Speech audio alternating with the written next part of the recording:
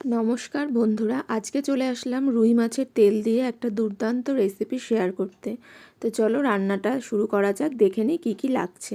এখানে আছে আলু ছোট ছোট করে কাটা, কুচনো পেঁয়াজ, কাঁচা লঙ্কা, পটল আর বেগুন, আর এখানে আদা, কাঁচা লঙ্কা বাটা আর জিরের গুঁড়ো, আর অবশ্যই রুই মাছের তেল, যেটা ছাড়া তো এই রান্নাটা একেবারেই হবে না।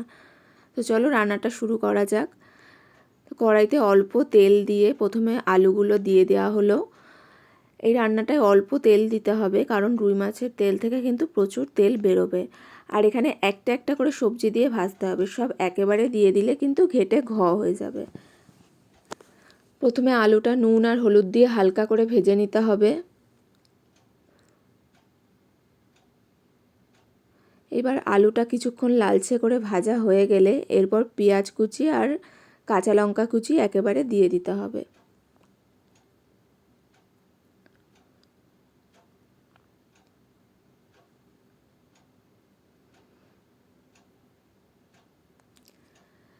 দিয়ে ভালোভাবে এটাকেও ভাজা ভাজা করতে হবে। আর অবশ্যই কিন্তু এই রান্নাটা মিডিয়াম ফ্লেমে করতে হবে, কারণ হাই ফ্লেমে করলে এই রান্নাটা একদমই ভালো হবে না। স্টেপ বাই স্টেপ ঠিক যেইভাবে দেখানো হচ্ছে সেইভাবেই কিন্তু করতে হবে। এরপর পটলগুলো দিয়ে দেওয়া হলো, আর ঢাকা দিয়ে একদম মিডিয়াম ফ্লেমে অল্প অল্প করে সেদ্ধ করে নিতে হবে। এরপর বেগুন, কারণ বেগুনটা যেহেতু নরম সের জন্য এটা সবার লাস্টে দেওয়া হলো। আর বেগুনের আরও একটু নুন আর হলুদ দেওয়া হলো, কারণ তখন অল্প দেওয়া হয়েছিল। এরপর মাছের তেলটা দিয়ে দেওয়া হলো। কি সাদা দেখছো মাছের তেলটা, খেতেও কিন্তু খুব দুর্দান্ত হয়েছিল। মাছের তেল দিয়ে আস্তে আস্তে নাড়াচাড়া করে ঢাকা দিয়ে দিতে হবে। আর জিরের গুঁড়োটাও দিয়ে দেওয়া হলো।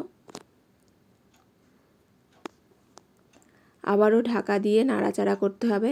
আর হ্যাঁ, এর মাঝখানে কিন্তু আমি আদা কাঁচা লঙ্কার পেস্টটা দিয়ে দিয়েছিলাম, আর একটু সামান্য চিনি দিয়েছিলাম।